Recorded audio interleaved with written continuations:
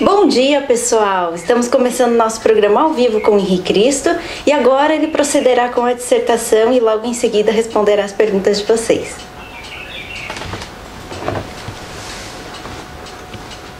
Ó Pai, eterno e inefável, Deus infalível, Criador do Universo, das culminâncias do Teu reino, do trono do Teu poder, do alto do qual Teus olhos temíveis tudo descobrem, tudo bem.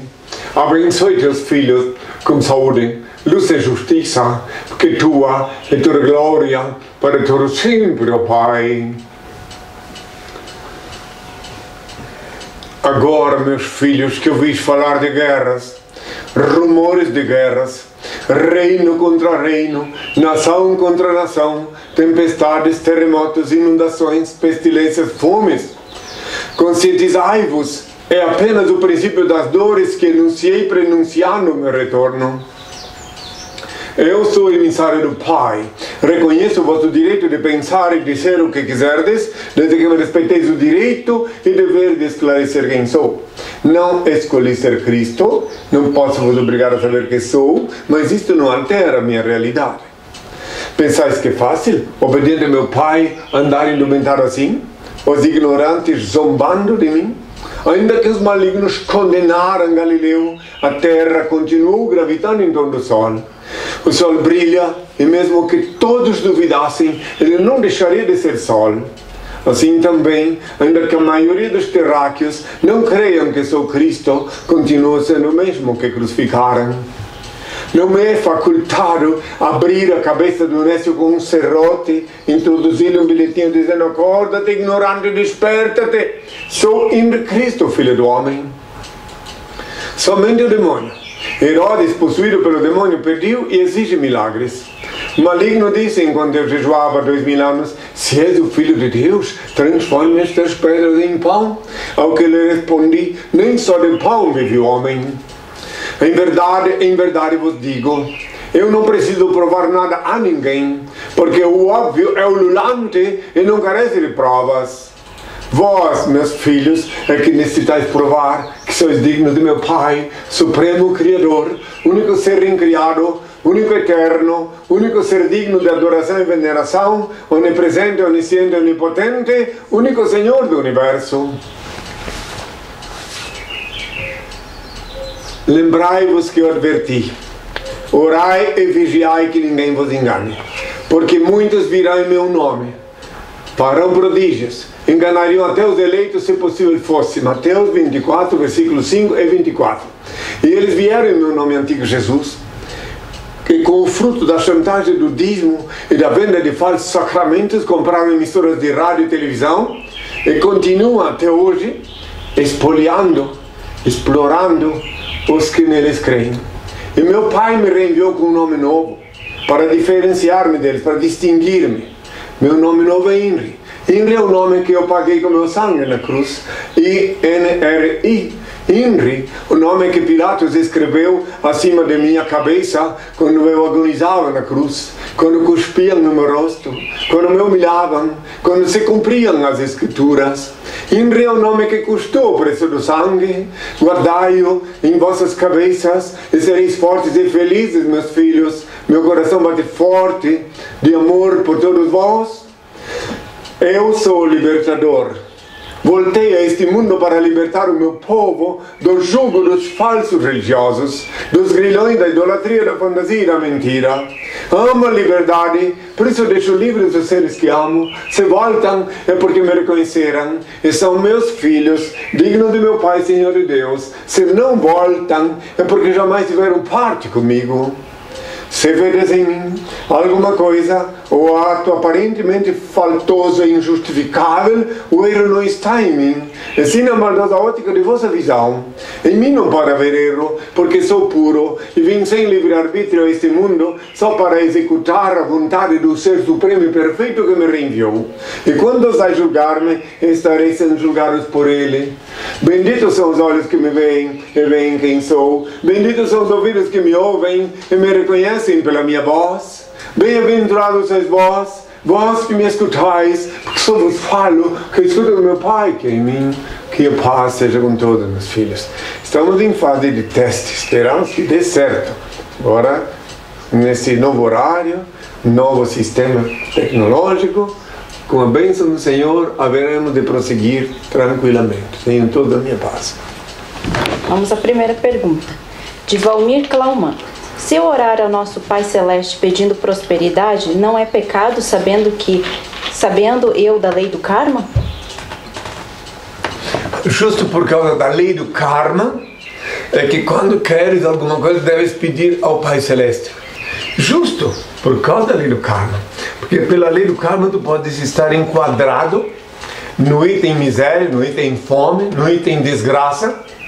E o bondoso Pai misericordioso, ouvindo tuas súplicas sinceras, pode interferir, pode intervir no teu karma pesado e facultar-te um fardo mais leve. Como eu mesmo há 2000 anos ensinei. Buscai o reino de Deus e sua justiça, e todas as outras coisas vos serão acrescentadas. O Senhor faz justiça na terra, e Ele atende aqueles que sinceramente, humildemente, pedem a Ele. E eu sempre digo ainda hoje, que quem quiser andar de nariz erguido, inclina-se diante do Altíssimo. E aqueles que andam de nariz erguido para o Altíssimo, devem se inclinar sim diante dos homens, diante do bandido, do assaltante, diante do criminoso. Agora, aquele que ergue o nariz abaixa o nariz para o Senhor, se inclina diante do Senhor, podem desfilar tranquilamente sobre a terra como herdeiros do Senhor, herdeiro do reino dos céus. Tenham todos a minha paz. Alma perdida. Henrique Cristo, o senhor acredita em macumba? Esse negócio de magia existe mesmo ou é só uma ficção? Existe. Eu até vou lembrar de um provérbio espanhol, um chiste espanhol. Eu não creio nas bruxas, pero que las hay, hay. Então eu vou explicar como é que funciona isto. Sempre que alguém disser para ti que fez uma macumba contra ti, um trabalho de feitiçaria, bruxaria, que fez alguma coisa no mundo metafísico, no transcendente mundo da metafísica, para te prejudicar, se tu te lembrar do Senhor teu Deus, do Criador Supremo, meu Pai, que é também teu Pai, tu invocar Ele dizendo assim: não, contra mim não podem fazer essas coisas, porque o Senhor é mais poderoso, Ele é o meu protetor. Então tu não vais pegar nenhuma energia negativa, tu não vais sucumbir vítima de nenhum tipo de macumba, feitiçaria, bruxaria, nada, alta magia. Agora, se tu duvidares do Senhor, se tu acreditares quando disserem que fizeram isso ou isso contra ti, tu acreditares, tu então estarás desprotegido do teu Senhor, porque a tua crença no mal que puderam te fazer na área espiritual significa que tu não confias no teu Senhor. Significa que o teu karma, que tu ainda não evoluíste o bastante para confiar no Senhor da vida, Senhor do Universo, no Criador Supremo, no único ser incriado, único eterno, único ser digno de adoração e veneração. Então tu não confiando nele, tu acreditas sim que alguém pode fazer-te uma bruxaria, uma feitiçaria, e daí tu és enquadrado. Que essas coisas só acontecem se o indivíduo vulneravelmente se rende. Quando eu vivi minha vida pública, durante os 10 anos antes do jejum, que eu vivi como consultor metafísico, eu sempre dizia, falava nas emissoras de rádio, mais de 300 emissoras, todo dia eu ia numa rádio diferente e falava assim, no início da minha conversa: um pensamento, uma ação positiva atenua e anula qualquer influência desfavorável, mesmo a influência dos astros, a influência do cosmos. Ah, mas eu sou do signo tal, nasci, hoje o dia está ruim para mim. Se tu acreditar, vai estar ruim para ti. Mas tu confiar no Altíssimo, que está acima das estrelas, que está acima da Via Láctea, das galáxias, enfim, que está acima de tudo, porque Ele é o Altíssimo, é o Supremo Criador. Tu desliza no macio, tu atravessa um túnel repleto de tubarões, serpentes, dragões, e atravessas tranquilamente e sairás ileso. Tenham todos a minha paz. Emanuel Elohim via Facebook. Imaginemos que eu mato um indivíduo nessa encarnação. Pela lei do talião, eu vou ser morto na encarnação seguinte, certo? A pergunta é, a pessoa que me matar na encarnação seguinte não vai ficar em débito também? Essa lei do talião não torna esse ciclo uma bola de neve infinita? Um desastre de autocarro nessa encarnação que tire a vida, por exemplo, pode resgatar o débito de um assassinato na encarnação anterior? Obrigado. Efetivamente, fizeram uma pergunta tão comprida para dizer o óbvio. Que se tu mata, só em pensar em matar alguém já estás pecando. Só em pensar, imaginemos que eu mate alguém. Olha, cuidado, não deixe aflorar esses instintos bestiais. Não deixe acordar essa fera que adormece dentro de ti. Então, no momento presente, eu te aconselho a não imaginar que vais matar ninguém. E sim cuidar de ti, do teu karma, do teu espírito, manter-te equilibrado perante o Pai, perante o cosmos. Deixa que a justiça divina se cumpra. Agora, efetivamente, se tu matar alguém agora e te escapar de uma morte violenta, depois tu vens aqui saudar o teu débito, sim. Assim funciona a lei, a eterna lei do karma, até que chega o dia, até que chega a hora que ninguém mais queira enfiar o pé no buraco. Que todos apanharam tanto, ao ponto de querer todos viver em harmonia com as sagradas e eternas leis do Pai. Tenham todos a minha paz. Edi, a Coreia do Norte pode também ser uma ameaça nuclear? A sua profecia de batismo pelo fogo tem a ver com a radiação da bomba atômica? Não, meu filhinho, não. Bom, primeiro que a Coreia do Norte ela faz parte ela é um dos componentes ameaçadores na área da eclosão nuclear. Ela faz parte do todo. Agora, quanto ao batismo de fogo, meu filho, não é o batismo nem com maçarico, nem com uma fogueira. O fogo que eu falei quando me chamava Jesus, que eu batizaria com fogo.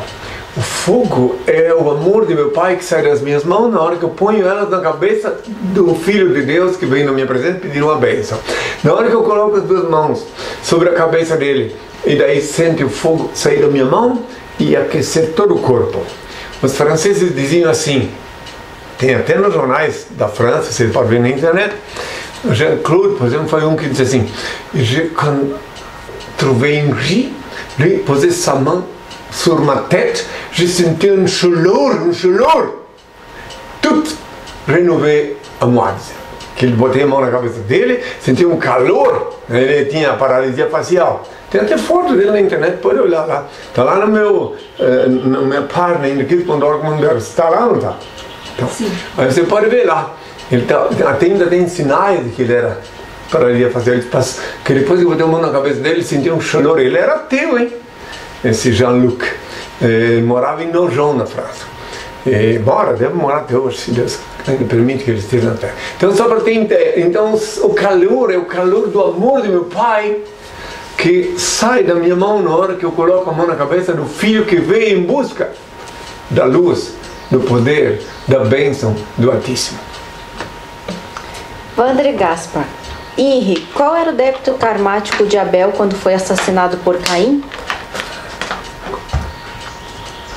O débito karmático do Abel, quando ele foi assassinado por Caim, era um débito, podia se qualificar até como uma espécie de pecado original, se é que pudesse ter pecado original. É o débito da ingenuidade. E nele aflorou pela primeira vez o prazer em ver que alguém estava inferior a ele, que ele estava fumaça, mas isso tudo é metafórico. Que saía da oferta dele e ia direto para o infinito, enquanto que o outro ficava, porque ele tinha feito a escolha bem feita, porque ele tinha escolhido a melhor frutos para dar ao Altíssimo, ele tinha feito o melhor sacrifício. Ele provocou no irmão dele, metaforicamente falando de novo, que tudo isso são mistérios que só quem pede ao Pai a inspiração que pode compreender cabalisticamente os mistérios da Bíblia. Então ele provocou no irmão dele a inveja, o espírito da inveja, o espírito de sentir-se impotente. Daí, concluindo, o riso de Abel, o sorriso, é justamente que provocou a cólera do irmão. Então era o começo. Entende? Assim como me aparece um coelho muito contente na frente de uma jiboia, que ele deu uma risadinha para a jiboia, deu um saltozinho assim, ela vai lá e nhate, come ele. Assim aconteceu. É sério, vocês riem, mas é verdade. Não se pode provocar. Olha, no Rio de Janeiro, que eu vivi muitos anos no Rio de Janeiro, muito tempo, em lugares diferentes. Vivi em favela, vivi no Palácio, no Hotel Copacabana Palace. E eu tive a ocasião de perceber que em determinados lugares, se alguém abrir a boca, mostrar os dentes, leva uma paulada na cabeça. Cuidado em rir, ficar todo contente, espalhafatoso, no meio de pessoas que estão em desgraça, que estão passando fome, coisa assim. Se tiver uma última força, assim, vem lá e te dá uma cacetada na cabeça. Então não se pode debochar, não se pode se vangloriar, não pode se achar eu sou bom, eu sou tal, porque de repente pode cair de quatro. Tem que ter cuidado, tem que saber. Por isso que existe até estudos sobre sociologia, antropologia, para a pessoa compreender como ela deve se comportar em determinados lugares. Porque assim, então, respondendo a pergunta, que Abel se sentiu tal, claro, o pecado dele foi o pecado da ingenuidade. Que aí foi ele o primeiro, o precursor da descoberta da saga primitiva que vinha nos animais. Outra coisa, quem pensa que era Abel, hein? Abel não era um anjo, não. Um santo. Abel era nada mais, nada menos filho de Adão, que era nada mais, nada menos que o macaco primeiro que veio sem rabo, que era nada mais, nada menos do que o primeiro réptil rastejante, nada mais, nada menos do que o primeiro ameba que saiu da água. Que agora, juntando tudo num kit só, num pacote só, sou eu que estou vos falando. Claro que daí muitos imbecis vão dizer, agora dá para ver que ele é louco. Sim, sou louco de amor pela humanidade. Estou vos falando porque vos amo. Porque quero vos dar a conhecer os mistérios da Mãe Natureza e os mistérios das leis do Senhor do Universo, meu Pai. Tenham todos a minha paz. Os que têm olhos para ver, vê. E que têm ouvidos para ouvir, ouvem e me reconhecem. Compreendem o significado profundo, místico de minhas palavras. Tenham todos a minha paz. Miriam, Henry, você se lembra de suas irmãs lá na Galileia? Você sabe se alguma delas estão aqui na Terra? Irmãs na Galileia. Irmãs biológicas que o senhor tinha 2 mil anos. Meu filhinho. Filha, a Miriam. Sim. Mas eu tenho dificuldade até de me lembrar dos meus parentes contemporâneos. Que é onde se começa a vida pública de verdade, não de brincadeirinha, vida pública assim, que se entregar em campo aberto, falar ao povo, às massas, nas praças públicas, nas cidades, nas favelas, nas prisões, como falei. Aí não se tem mais esse capricho, esse luxo de preservar a memória familiar. Isso é uma coisa que, por um lado, é bom, porque a pessoa fica mais leve, não fica se preocupando com os pecados que os parentes cometem. E por outro lado, é uma imposição da Mãe Natureza para que o líder, no meu caso, cumpra a sua missão, cumpra o seu dever. Já pensou se eu estivesse agora aqui mesmo e perguntar, o que será que a Rita está fazendo lá em Blumenau? O que ela fez ontem? Será que ela se lavou, tomou banho, foi ao banheiro?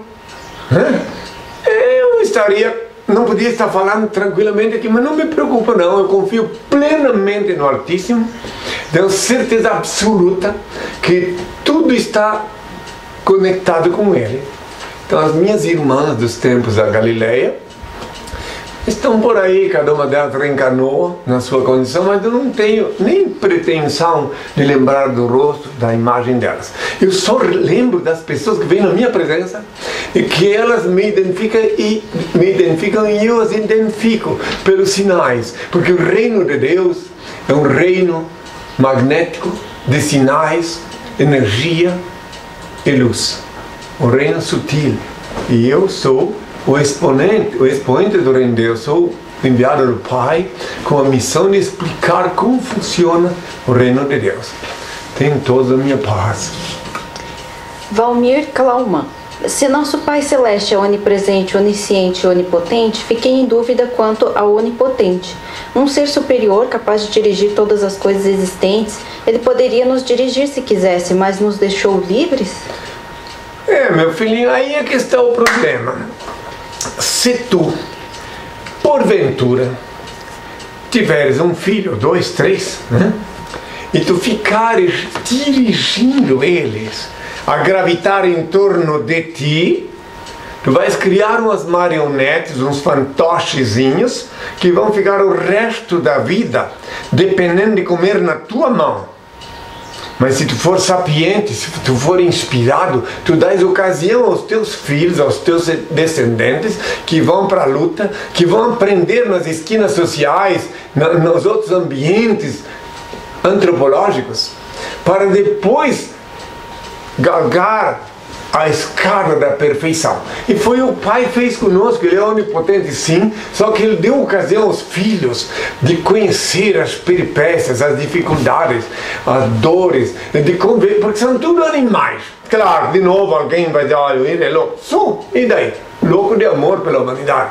Somos sim todos animais, animados pelo sopro divino. Isso aqui, o planeta Terra é um zoológico, meu pai me designou como regente do zoológico. Muito bem, então para aqueles que tiverem condição de compreender, compreendem. Não quero que ninguém se ofenda, mas já ofendo, porque a verdade ofende. Então o que acontece? Como é o nome dele? Valmir Klauman, que até segundo eu fiquei sabendo, ele mora na zona rural, tem dificuldade de acessar a internet, tá tudo bem. Só que daí eu dou um exemplo para ele mesmo, respondendo a pergunta dele. Se ele mantiver os filhos dele lá no cabo da enxada, e lá sob a supervisão dele direta, cotidianamente, eles nunca vão passar disso. Mas se ele der ocasião aos filhos dele de aprender mais alguma coisa, sair um pouco debaixo das asas dele, da saia dele, eles podem voltar para ele daí com algum conhecimento, até para ajudá-lo, até para melhorar a vida que ele vive lá na zona rural, Aurora, né? Aurora, sim. Santa Catarina. Entendeu, Calmon? É isto. Então veja bem que o Senhor é onipotente, sim. E justo por ser onipotente é que Ele dá ocasião aos filhos dele a evoluírem, a retornarem diante dele com capacidade de assimilar suas santas e eternas leis. Alma perdida. Senhor Henrique Cristo, podemos mudar o nosso destino ou tudo está determinado? O destino está determinado. O alto line não existe paradoxal na lei de Deus. O destino está determinado, sim. Sim. Sim e não. Sim, porque tu quando nasceste já estava Deus, meu pai já sabia qual é o lugar, como tu ia aspirar teu último momento na Terra. Então, neste ponto de vista, está determinado o destino. Todavia, como Ele é o Senhor, o interventor do destino, o Senhor do destino, e manda o filho dele de vez em quando aqui para ajudar, para contribuir, para melhorar um pouquinho a vida daqueles que solicitam. Então ele pode sim interferir, mas eu vou te explicar como, meu filho. Como é o nome dele? Alma perdida. A alma perdida. Então minha filha, pronto, é uma alma, né? Então minha filha, olha, então, é incrível, a alma perdida. Então daí o que acontece é o seguinte, que façamos de conta que no teu nascimento, tu nasceste num ambiente X, que tua vida era para ser assim, assim, assim, não era para ser dentista, por exemplo. Pronto. Tua família toda torcia para tu ser dentista e tal. Mas tua natureza não te predispunha a estudar odontologia. A tua natureza, digamos, era de artista. Tu querias ser um artista. Tu querias, digamos assim, sair do trivial, porque teu irmão, tua irmã, teu tio, tua avó, tudo eram dentistas. Daí tu resolver sair do trivial. Mas daí, como estava previsto no teu destino, tu tinha que ser dentista, então tu tens as seguintes opções. Tu pode ser um dentista artista que se especializa em fazer verdadeiras maravilhas na boca de tuas vítimas da cadeira de inquisição, né? Quem vai no dentista vai deitar na cadeira do inquisidor, ou não é? É, então, ou tu vais ser um artista competentíssimo, ou tu te tornas um protético, que também está na área da odontologia. Mas também tu pode dar uma guinada. Depois eu falo do senhor do destino, espera um pouquinho. Tu pode dar uma guinada de 1800 graus. Tu pode dizer, bom, eu não quero nem ser dentista, nem protético, nem artista na área da odontologia, eu vou ser advogado. Pronto. E daí? Quem pode me entender? Eu sou o tal, eu vou mudar esse destino que minha família programou para mim, que todos queriam que eu fosse. Eu não vou ser, eu vou ser advogado. Aí quando tu conseguires ser advogado, tu vais descobrir na sequência que teu destino era esse. O senhor do destino sabia que tu não ia ser dentista, que tu não ia ser protético. O senhor do destino já sabia que tu era da mesma família, mas só que tu tinhas uma missão diferente. A tua finalidade de vida era diferente, porque o senhor do destino, ele não... um detalhe, ele não se preocupa com essas coisas que eu estou falando, não. Eu estou apenas interpretando o funcionamento da lei de Deus. Ele não está se preocupando, meu Pai, o Supremo Criador do Universo, o único ser incriado, o único eterno. Está se preocupando, tu vais ser dentista, médico? Não. Eu estou só explicando como é que funciona a lei. Que quando um indivíduo desiste de eu não vou ser isso que toda a minha família é, eu vou ser diferente. Ou seja, eu vou ser a ovelha negra. A ovelha negra, muitas vezes, meus filhos, é a que enxerga no escuro. Por isso que é a ovelha negra. De repente enxerga um pouquinho mais que os outros, e eles vão não ser aquilo que os outros quiseram ser, mas tudo porque estava previsto para ele. Mas só que ele não sabia, nem os parentes sabiam, mas o Senhor do destino, porque ele é onipresente, onisciente e onipotente, sabia. E só ele sabia também por que aquele membro, nascido naquela mesma família, naquela mesma condição biológica, viria a ser diferente dos outros. Aí é uma explicação que só daqui a uns 2000 anos me perguntam e eu explico, tá? Por enquanto eu não posso falar. Tenho toda a minha parte. Pessoal, vamos para um breve intervalo e já voltamos. Voltando, pessoal, e a próxima pergunta é de Edgar. Parabéns pelo nível da Soust. No ano 2004, o Senhor me deu sua bênção no Rio de Janeiro e minha vida modificou por completo. Como posso participar de sua obra? Edgar... Por acaso, aquele militar da reserva lá, que me encontrou no Recreio Bandeirantes? Recreio. Então. Simplesmente a primeira coisa que tem que fazer, então, se é o Edgar que eu estou pensando, ele mora em Campo Grande. Então, se é ele, a primeira coisa que tem que fazer, vem fazer uma visitinha aqui, como os meus filhos me visitam. Vem aqui, me visita. Aí aqui tu compreenderás como é possível, entende? Porque os meus filhos sempre voltam para a casa do meu pai.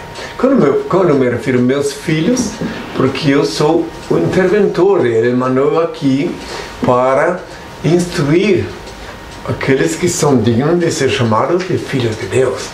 Então, porque eu sou o primogênito, então eu tenho que ensinar a prole toda, não é verdade, Edgar? Então, seja muito bem-vindo. Venha aqui me visitar. E eu poderei te orientar. E quer saber o que sobrou de ti, né? Também depois de tantos anos. Então, 2004 faz 8 anos. Isso. Até breve, meu filho, que tenham toda a minha paz. Valmir Klauman. Mestre, reconheço o Senhor como Jesus que renasceu como Henrique Cristo. O que eu preciso fazer para ser salvo? Para entrar no reino de nosso Pai Celeste? Primeiro, lembrar do que eu falei há 2000 anos. Buscai o reino de Deus e sua justiça, e todas as coisas vos serão dadas por acréscimo. Então você já buscou, entende? Agora só tu trata de te coadunar com os ensinamentos que meu pai ministra através de mim. E pronto, se um dia pode me visitar, já que tu mora lá nos confins de Santa Catarina, mas querer é poder, é só tu querer, tu pode vir me ver, sim. Seja muito bem-vindo, combina com os discípulos, com a assessoria, que dia eu estou aqui e te recebo sim, faz as perguntas interessantes, então vem aqui que eu te respondo o restante pessoalmente. Valmir, como é o sobrenome? Klaumann. Klaumann, Reden Klaumann, mas é Klaumann, né? Me parece que também é alemão esse Valmir, né? Alemão ou polaco? Ou polaco, não, Klaumann, eu acho que é alemão. Até lá, seja o que for, seja bem-vindo, meu filho. Magrelito. Henri, por que às vezes não suportamos a presença de uma pessoa? O problema está só na gente? Isso é uma colisão espiritual, meu filho. Às vezes você chega num recinto, numa repartição pública, ou num bar, onde for, você depara com alguém que você não... Entende? Então, o problema está, em geral, como tu que chegasse lá, se tu que chegasse lá, está em ti que fosses no lugar errado. Agora, se tu fosses para tratar um assunto no setor público, né? Aí existe a possibilidade de que quem está lá esteja errado. Mas a solução sempre é uma só. Sai de fininho, que não estão te agradando ou não estás agradando. Não adianta ficar no ambiente em que as energias colidem com a tua, para não ficar malhando em ferro frio, nem dando murros em ponta de faca. Se tu fosse espontaneamente no ambiente, sai.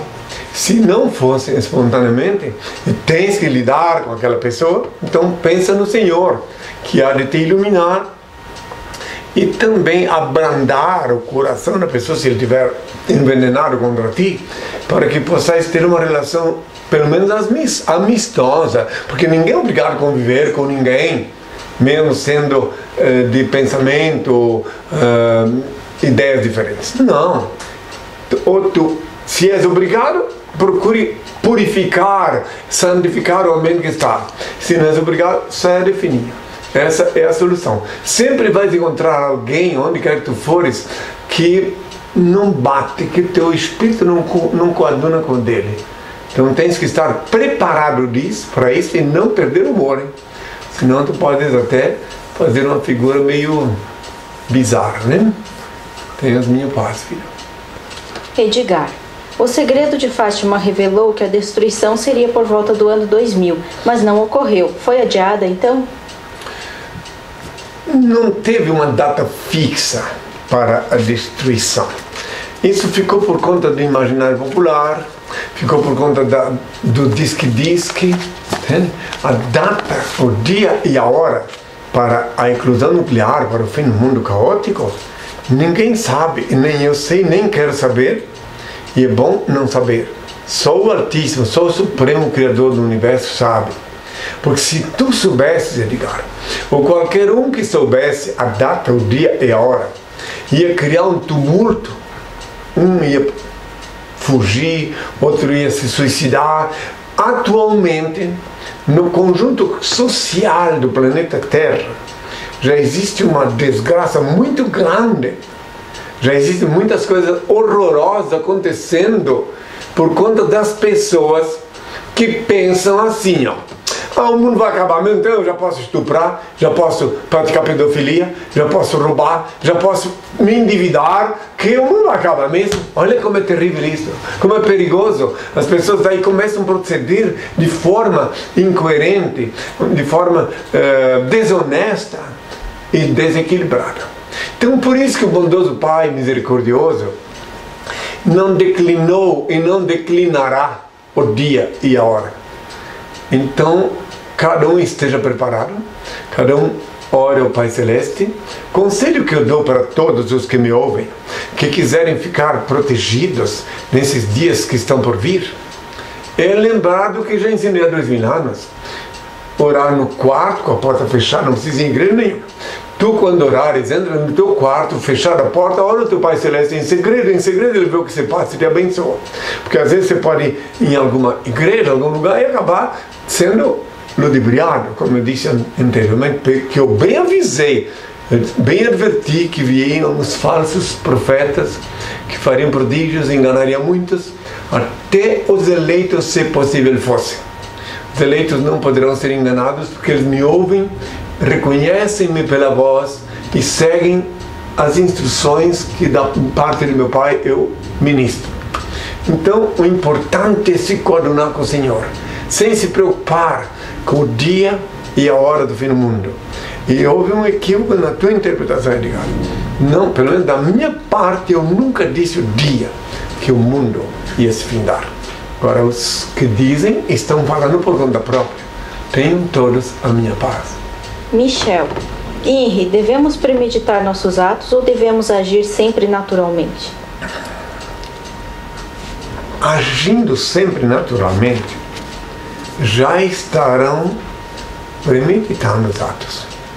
Você pede ao Pai o que vai fazer no começo do dia, tu faz uma oração e pede a Ele como será o teu dia.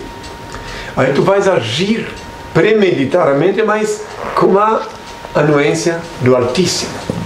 Então tu age naturalmente, premeditadamente, com a anuência do Altíssimo. E daí tudo transcorre a contento. Seja o que for tu for fazer, pede a Ele sempre.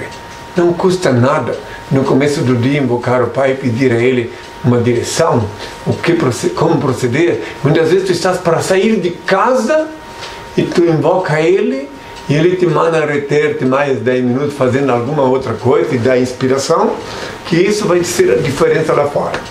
O caminho que tu vais percorrer já não encontrarás com as mesmas pessoas, com os, por exemplo, que estão embriagados, digamos, motorista, se tu tiver sempre em conta que o Senhor é o teu protetor.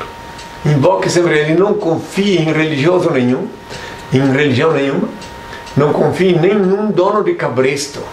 Siga o que eu ensinei há 2000 anos e reitero uma vez mais. Tu, quando orares, entra no teu quarto, fechar a porta, ora teu Pai Celeste, em segredo é meu que se passa e te abençoa. Mateus 6, versículo 6. Eu disse Mateus 6, versículo 6. Lá está o segredo da tua paz, da tua alegria, da tua felicidade, enfim, da tua vida nesses dias conturbados na terra. Newton Lucena.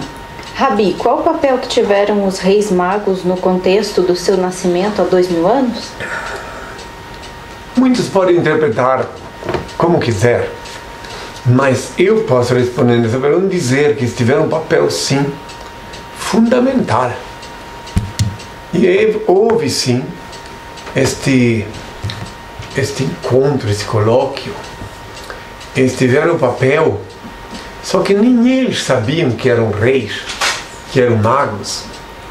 Eles foram intuitivamente induzidos a dar um respaldo, dar uma segurança enviados pelo Pai para aqueles que me albergavam, dar um apoio, e simbologicamente cada um deu a sua parte.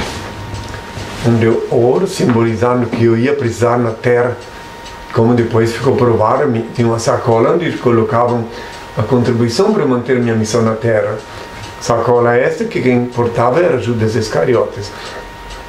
Outro deu incenso, cada um deu uma coisa, simbolizando as coisas que eu precisaria na terra do transcurso, do cumprimento da minha missão. Então, podes perguntar, adiantar, de perguntar se eu reencontrei-os aqui na terra. Encontrei-os, sim. Reencontrei-os. E cada um deles, de uma forma muito sutil, renovou. Parece até uma coisa fantástica isso. Reiniciou tudo de novo. Em 1969, quando eu comecei minha vida pública, eu os reencontrei.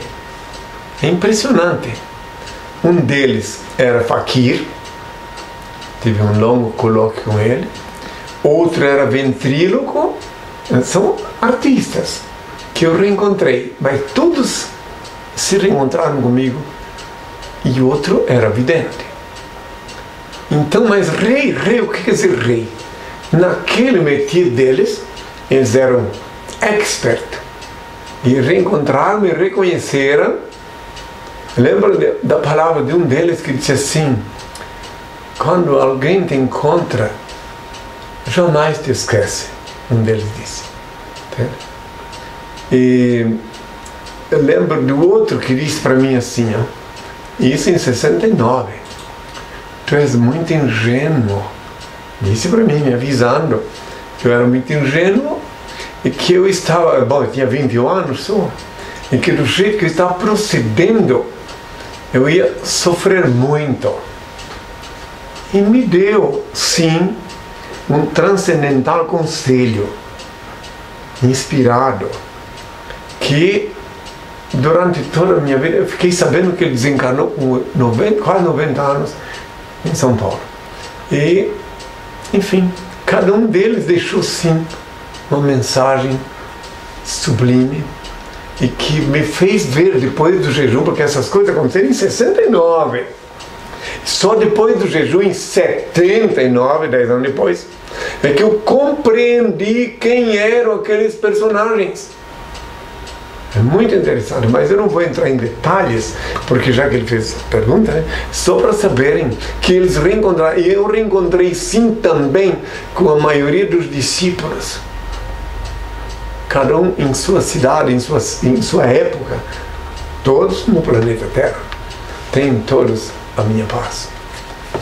Flávio, Henri, o que o senhor pensa a respeito da sensação de déjà vu? É só uma impressão sem nada demais ou tem algo de espiritual nisso? Tem um leque de explicações espirituais, porque coincidência não existe. Déjà vu, eu já vi. Às vezes tu chega num lugar. Quando acabamos de responder uma pergunta sobre uma coisa parecida com essa, que o cidadão disse que se ele chega num lugar e encontra uma pessoa que não bate, né? Não comunga. Às vezes é um antagonista que já foi inimigo na anterior encarnação. Às vezes pode ser o contrário, um parente. Às vezes pode ser um amigo que reencontra. Quando se reencontra um amigo, é uma alegria. Eu me lembro de um caso que aconteceu comigo, que eu reencontrei uma pessoa que eu obviamente não sei já que fez, mas eu vou contar, em Caracas, na Bolívia, na Venezuela. Quando eu estava na Venezuela, naquele tempo a Venezuela era muito orgulhosa, o povo da Venezuela, porque se orgulhava em ter o trânsito mais lento do mundo, porque vendiam petróleo, inclusive botavam barreiras nas fronteiras, não deixavam qualquer tipo de latino-americano entrar na Venezuela, era tudo assim. E daí, quando cheguei em Cúcuta, na divisa com a Venezuela, na Colômbia, já de carro tiveram meu seguidor, o Ivan Reyes, que havia me acompanhado desde então. Ele era de Lima, né? Desde então me acompanhou. Ali retiveram ele alegando que ele ia para o cônsul disse que ele era suspeito de ir para lá para trabalhar. Ele era um engenheiro, filho único de um empresário lá de Peru, mas não quiseram saber, arrogantemente deixaram ele para trás. Tive que ir sozinho. Lembro até hoje. Eu estou falando isso tudo para poder chegar lá onde está, já que aqui estou no programa do Bem de Cristo, então eu explico completamente sem ser interrompido, né? Pode? Pode. Então, porque senão. Então, daí chegando lá ele me lembro do gesto dele na última hora, quando disse assim: hasta sempre, maestro, que despediu de mim, ele não pôde ir. Ele chegou a contratar um despachante salafrário para ver se conseguia burlar o bloqueio para ir de Cúcuta até Caracas. O despachante tomou o dinheiro dele e não deixou ele. Muito bem. Aí eu chego em Caracas, o cônsul, por causa da minha condição e da minha oratória, me deu 20 dias para ficar na Venezuela. Só. E para cumprir minha missão, em 20 dias não dá. Então daí eu peguei, fui no Ministério da Imigração, transitei quase todo o edifício e não encontrava. Eu estou falando tudo isso para lembrar de uma pessoa que eu reencontrei lá dentro. Para nem que se transitei por tudo. E todos os lugares onde eu ia, até me olhavam com deboche, a profeta brasileiro, e tudo assim. Não queriam nem sequer examinar meu passaporte, que eu queria explicar para eles que eu queria aumentar o tamanho do visto para eu poder cumprir minha missão em Caracas. Daí finalmente cheguei na chefia, no departamento, bem, a última hierarquia da imigração. Aí quando cheguei, entrei na sala, tinha um monte de pessoas lá esperando, e tinha uma secretária ali que estava fazendo as anotações, tudo. Quando cheguei perto dela, que eu peguei assim, ela estava ali sentada, e que ela me viu, que ela me olhou assim, veja uma funcionária pública, uma pessoa que não tem por que ficar fazendo uma cena dessa. Ela disse: olha, eu estou tremendo dela. Esse é um reencontro, disse ela. Ela não quis nem saber, porque quando eu falei para ela que eu estava nesse tempo todo procurando renovar o meu visto, alterar o meu visto, ela pegou o meu passaporte, foi lá para dentro da sala do diretor dela e voltou e disse assim para mim: olha, ele não pode alterar o teu visto, ele não pode aumentar o tempo teu de duração na Venezuela, porque não pode passar por cima de quem te passou esse visto, mas ele mudou a data. Então ele botou aqui: sale para o Panamá el dia 20. Ele botou um mês a mais, em vez de aumentar o número de meses, ele apenas botou: sale para o Panamá el dia 20. E daí eu olhei para ela e ela disse: olha, eu nunca podia imaginar que eu tinha uma experiência dessa na frente de todo mundo. Pedi ao Pai a bênção para ela e disse para ela que para mim também, que eu também senti um reencontro, e fui embora. Aí com essa mudança no meu visto, eu comecei a organizar minha estada em Caracas. Daí dei uma entrevista para o jornal El Diário de Caracas, e daí nesta entrevista que eu falei não agradou o governante, o Herrera Campins, que era o presidente da época. Ele providenciou minha expulsão de Caracas, né? Com muito gosto. Me colocaram durante umas 3 dias numa jaula lá, sendo examinado e interrogado, e daí me colocaram dentro do avião da Avianca com destino ao Rio de Janeiro. Entregaram meu passaporte para o comandante do avião. É assim que se faz uma expulsão, entende? Para quem não sabe, né? E daí eu fui. O chefe, o diretor-geral da imigração falou para mim que se não fosse que no dia seguinte o presidente João Figueiredo ia chegar lá, então iam me expulsar. Me expulsaram porque no dia seguinte o presidente Figueiredo, tudo lá na internet você vai ver, no dia seguinte o presidente Figueiredo ia fazer a primeira viagem dele para o estrangeiro e escolheu Caracas. E disseram para mim, o chefe da imigração falou: olha, nós outros não podemos ter acá um profeta brasileiro justo quando o presidente do Brasil vem a ser uma visita oficial.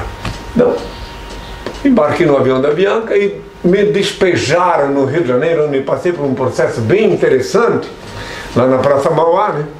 E de lá fui na Polícia Federal, aí fui, já um agente da Polícia Federal me levou para almoçar, conversamos. Depois a história é muito comprida, quem quiser ler minha história completa, que está na internet. Agora tudo isso aí eu falei para mostrar como é o processo de reencontrar uma pessoa. Assim, eu estou no estrangeiro, jamais essa mulher, essa moça, aliás, diga-se de passagem, é uma moça muito linda, jamais ela iria se expor à frente dos outros, digamos assim, que estavam ali esperando, na sala de espera, se não fosse que ela viu, que já tinha me conhecido. Tá? Ela teve uma atitude assim de filha reencontrando o pai.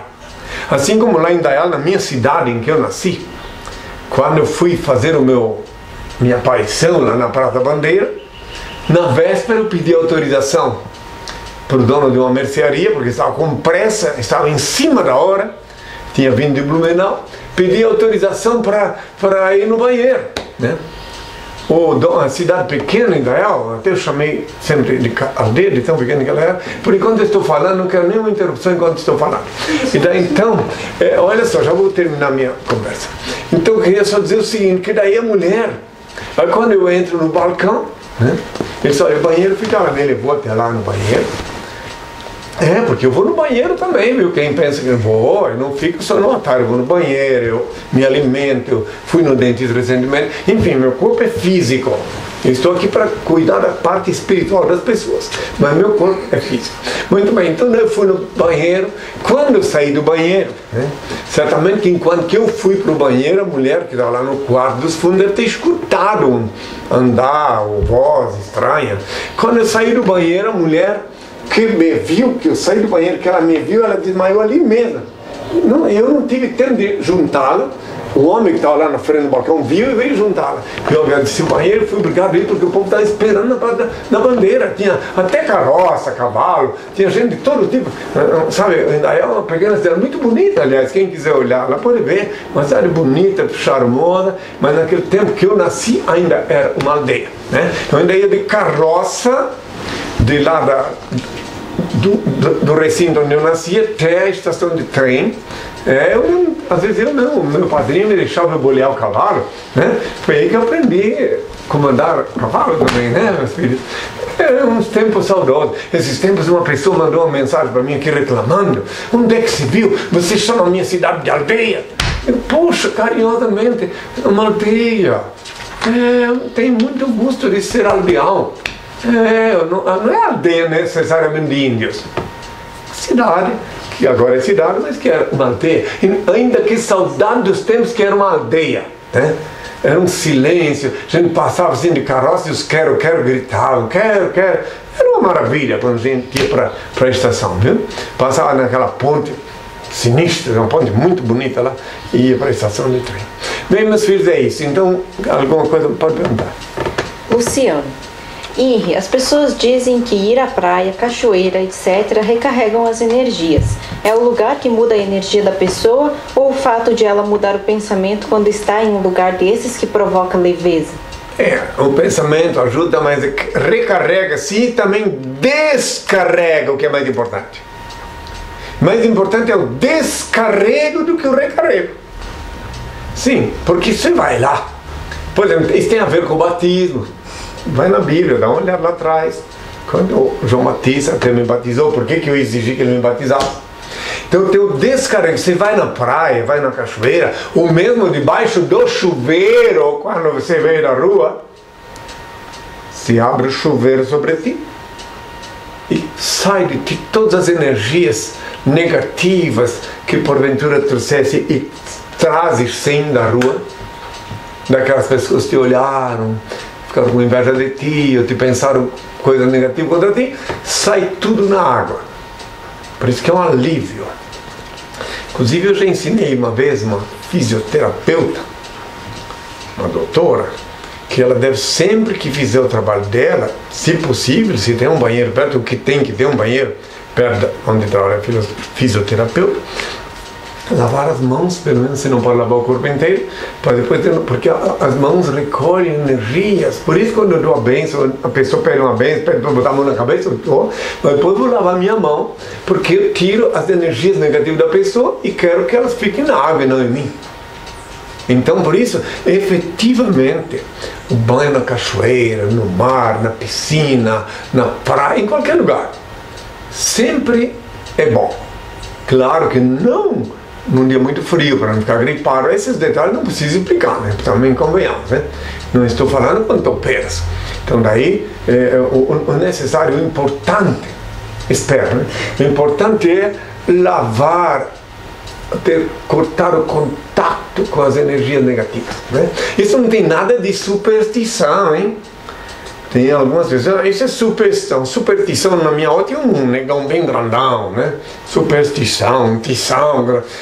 Isso aí são mistérios concernentes à metafísica, são os mistérios da mãe natureza. Aí explicaram por que eu exigi que João Batista me batizasse. Ele disse que eu é que devia ter batizar ele. Eu disse que não, que ele tem que batizar, porque eu estava vindo de um lamaçal muito grande. Eu tinha que, meus filhos, dos 13 aos 30 anos, há 2000 anos, eu conheci todas as misérias do mundo. E quando encontrei com João Batista, justo naquela hora que eu encontrei, era hora de fazer a higienização. Daí para frente, depois veio o jejum e comecei a minha vida pública já numa outra realidade. Por exemplo, tem uma passagem na Bíblia em que eu senti que uma pessoa tocou na minha veste. Por quê? Porque eu sentia a impureza da pessoa. Olha, o Cuco hoje está com pressa, viu? Ele viu que eu cheguei da estrada, está até solidário comigo. Diz, olha, ele chegou da estrada, agora vamos deixar ele descansar um pouco, né? Cheguei agora, meus filhos, fiz uma viagem longa. Tá, o que mais? Daniel Moller. Já tive déjà vus usando computadores. Não podem ter existido em minhas vidas anteriores. Como explicar? Outros olhando para locais como minha escola, casas, etc., que também não existiam. Então não é o computador que existia nas tuas vidas anteriores, meu filho querido.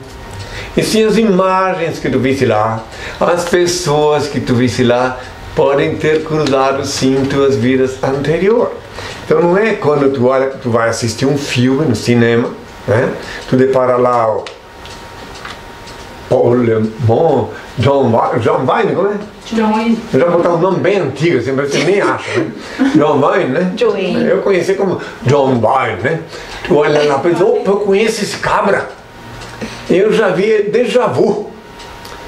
Mas ele é um artista mundial, mas tu pode sim ter encontrado com o dono do personagem, com o ator, em uma outra encarnação. Pode ser.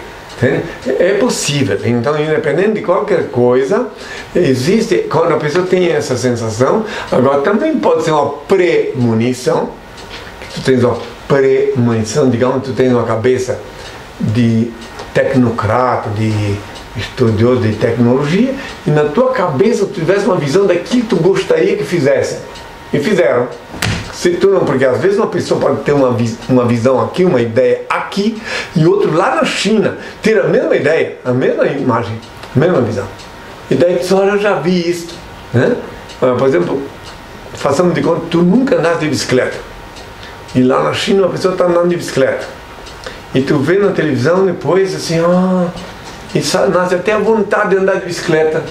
Não é é porque aquilo ali te atraiu.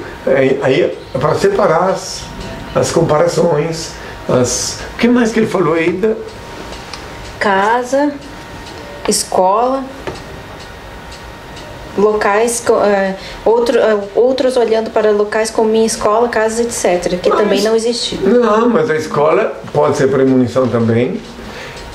E também pode ser que algum parente teu, alguém foi lá antes de ti e tu, sem saber, transmigrado lá estivesse. Ou um sonho, ele sonhou, mas esqueceu o sonho. Não, e transmigrado, ou não sabiam que uma pessoa transmigra em vida.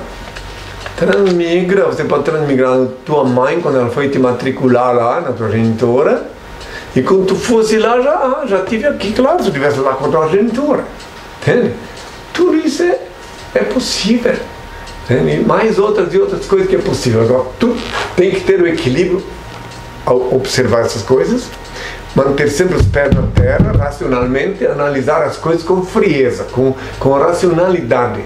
E jamais ver essas coisas perto de um pote de maionese. Que daí é perigoso. Entende? Pode querer embarcar na maionese e ela vai ter sempre firme, com firmeza, analisar tudo, as possibilidades, os prós e contras. E para isso eu estou aqui, obediente ao meu pai, para explicar essas coisas. Como tu tens uma mente bem racional, então tu podes sim compreender as coisas que eu estou te falando, né? Tenho minha paz. Luciano, o que é melhor? A vida tecnológica, que está sempre mudando e evoluindo, ou a vida natural como a dos índios, que nem conhecem as doenças e as pestes dos chamados homens brancos? Sabe, meu filho, essa pergunta é interessante, Luciano. Se não me engano, é aquele grande... Não é o... Então tá. De qualquer maneira, as duas vidas são fantásticas, né? A vida tecnológica atual, quem conhece não quer abdicar. Imagine se olha comigo, neste instante estar lá no Rio de Janeiro, sei lá onde, e eu estou aqui. Isto é a vida tecnológica. Tu pode estar lá no Japão, na China, e eu estando aqui falando contigo. Isso é fantástico. Isso é maravilhoso. Mas pagamos o ônus da vida tecnológica. o lixo da tecnologia, né? Quantas baterias que são precisas para fazer as coisas, que depois ficam aí poluindo a atmosfera, até que se descubra um meio, até que os cientistas, esses tecnológicos, cientistas descubram um meio de fazer com que dá para recargar, repor ou reutilizar o material, né? Então esse tem um lado, sempre tem um lado. Agora a vida dos índios é fantástica também, entende? Tirando alguns pequenos detalhes, como aqueles que põem se mutilam, botando um beição para fora e tal, aí tudo bem, a cultura dele. Sabe como é o nome daquele índio, não lembro agora, que ele tem botou uma espécie de babado assim para fora. Ele é político, né? Até ficou famoso, viajou para o estrangeiro. Juruna? Não, Juruna é um que andava com um gravador na mão, porque ele dizia que não podia confiar nos políticos, ele foi deputado federal. Encontrei no aeroporto uma vez, ele está sem um gravador. Para depois do que ele falasse com o político, se ele dissesse mentira, ele está aqui o gravador. Não, é um outro, eu não lembro agora o nome, mas ele foi até para o estrangeiro, eu vi pela televisão. Então, esse é o lado que eu não aprecio na vida dos índios. Mas como eu também me relacionei com eles, como eu também tive que estudar antropologia para compreender a origem deles, então eu só sei dizer que, biologia, só sei dizer que eles, os índios, têm uma vida privada, é uma vida muito... Daniel disse que é o cacique Rawana, né? Ah, sim, esse é o Rawana. Rawana, o Daniel está bem informadíssimo. Pois é, essa é a parte que eu não concordo, entende? De ter que fazer essas alterações biofísicas, né? Agora, fora isso, eles vivem uma vida assim bem... Eles têm uma cultura deles, entende? É uma cultura muito antiga. A cultura dos índios, ela é não menos antiga do que a da China. Porque eles são oriundos da Ásia. Para quem não sabe, eles são oriundos da Ásia. Então, a cultura deles é tão antiga quanto a da China. Imagina, os chineses inventaram a pólvora, o macarrão, tem muitas coisas que inventaram. E eles vieram para cá. Você pode dizer, não, mas ele pode ser vietnamita, ou ele pode ser japonês, ou coreano, ou não. Tudo oriundo da China, mesmo o vietnamita, mesmo o coreano. A mãe China é que despejou todos esses asiáticos com os olhinhos, né, simpáticos, né? A mãe China é que acoplou tudo isso. A mãe China que é um pedaço da terra, que é da nossa mãe terra. Não estão dissociados de nós, não. Nós vivemos no planeta Terra, né? Então todos os terráqueos são, de uma forma ou de outra, nossos parentes. Tudo depende de interpretação. Newton, mestre, gostaria de entender melhor o que você explica sobre o Espírito Santo, sendo ele a Eva. Como explicar as obras por meio do Espírito Santo que ocorreram em Pentecostes? Em Pentecostes, a noite de Pentecostes foi a noite dos satãs. É a noite que os demônios apareceram e falaram línguas estranhas. A propósito, qual é a vantagem de falar língua estranha que ninguém entende? Vê se não é o demônio. Vê se não pode ser só o demônio que vai falar uma língua que ninguém entende. Qual é o objetivo, qual é o ideal, qual é a vantagem? Então a noite de... Cuidado ao interpretar a Bíblia. Entende? A noite de Pentecostes não tem nada a ver com a Eva nem com o Espírito Santo. É a noite que os demônios festejaram, eles estavam festejando antecipadamente a suposta vitória que eles teriam quando eles fossem atuar na cabeça dos falsos profetas, que eu mesmo anunciei há 2000 anos. Entende? Então eu anunciei há 2000 anos que os falsos profetas, falsos cristos viriam antes de mim, fariam prodígio, enganariam muitos, até os eleitos, se possível fosse. Mateus 24, versículos 5 e 24. Então eles vieram. Entende? Então a noite de Pentecostes, veja bem como a igreja pentecostal, ou seja, a igreja do Espírito Santo. E outra coisa, só para provar a mentira, para aqueles que querem ouvir-me e analisar como a mentira tem perna curta e como a máscara cai quando chega a verdade. Se a noite de Pentecostes fosse uma noite do Espírito Santo, e se essas igrejas todas que se dizem igrejas de Pentecostes, de Espírito Santo, fossem verdadeiras, não fossem do falso profeta, do vendedor de sacramento, do chantagista de dízimo, então teria que ter muitos Espíritos Santos. Muitos. Um para cada igreja, assim como tem que ter muito Jesus para cada centro espírita, que dizem que cada centro espírita incorpora um Jesus. Por isso que diz que Jesus não pode mais voltar na Terra, porque o espírito evolui não volta na Terra. Por quê? Porque não pode, porque tem que incorporar lá no médium do centro deles, kardecista, não importa. Né? Mas principalmente são os kardecistas que dizem que Jesus incorpora lá no médium do centro deles. Então vejam bem a mentira como tem perda curta.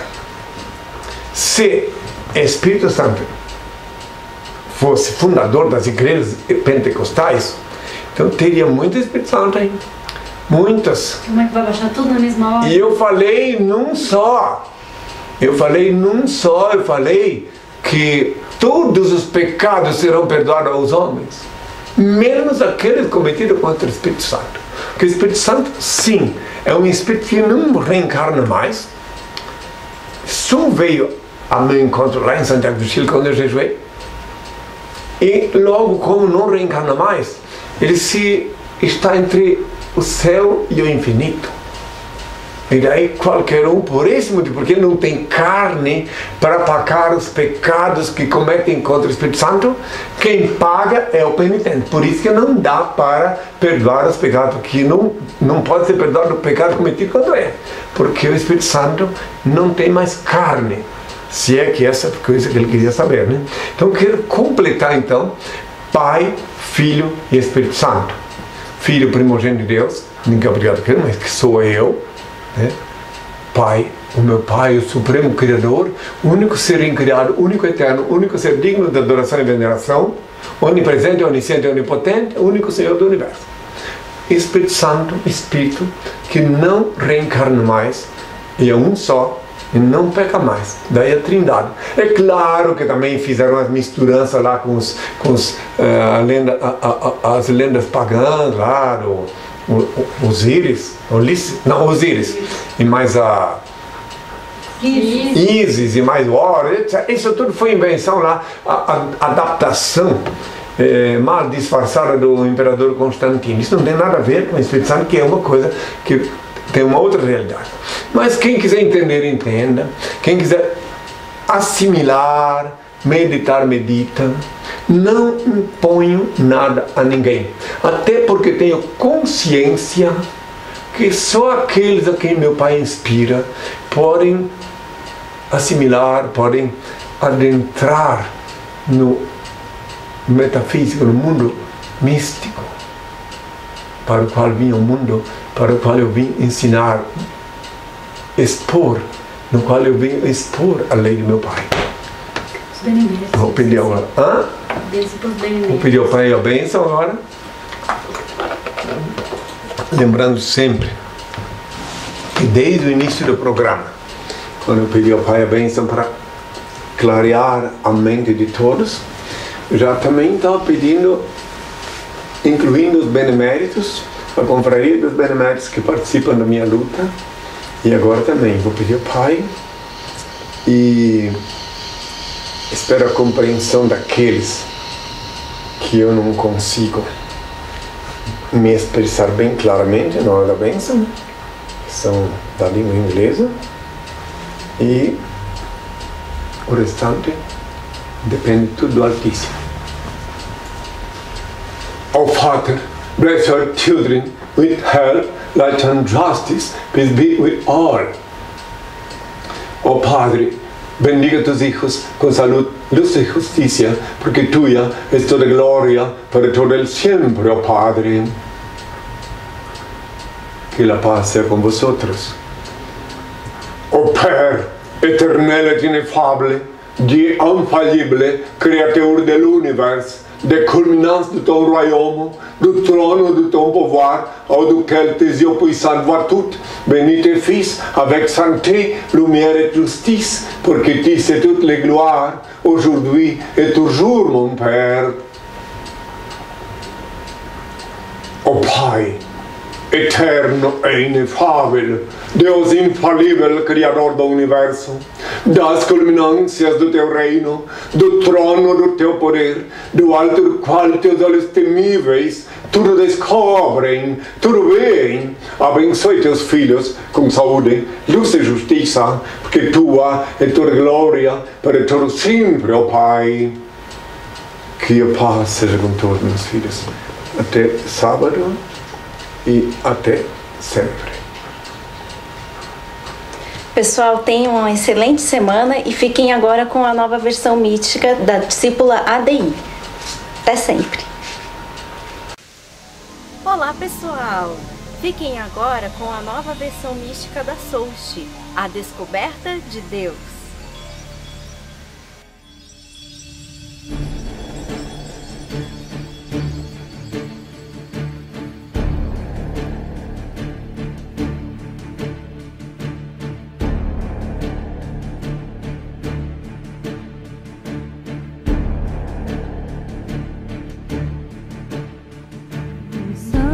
Dos inocentes, o amor das almas ao céu, justiça a todas as gentes, desterro ao homem cruel.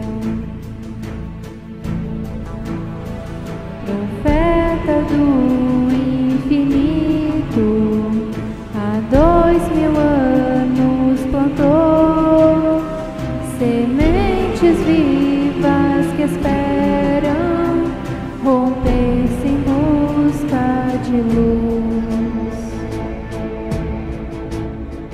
Chegou a vez da verdade e veio ensinar.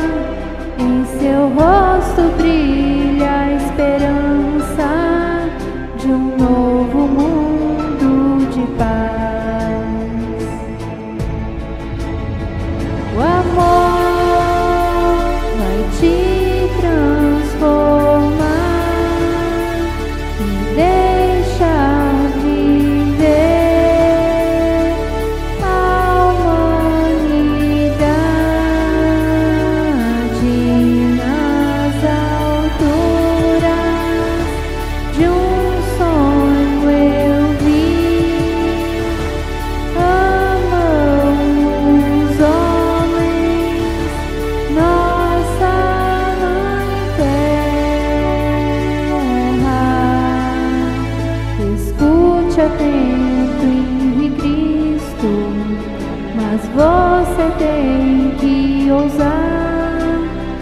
Coragem, saia da escuridão e o esplendor vislumbrará. Desilusão, dor, angústia, qual a razão dos erros meus? Vencer no jogo da vida é a descoberta de Deus. O amor vai te transformar e deixar viver a humanidade nas alturas de um sonho. Eu vi, amamos homens, nossa mãe terra.